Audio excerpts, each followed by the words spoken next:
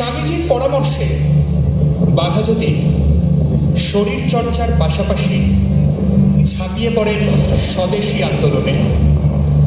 উড়িষ্যার বুড়িবালামের তীরে ইংরেজদের সাথে খণ্ডযুদ্ধে শহীদ হন যতীন্দ্রনাথ।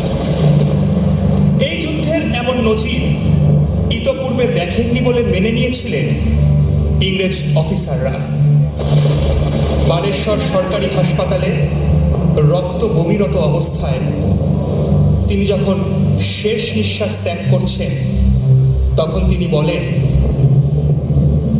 এত রক্ত ছিল শরীরে, ভাগ্যক্রমে প্রতিটি রক্তবিন্দু অর্পণ করে গেলাম দেশমাতার চরণে।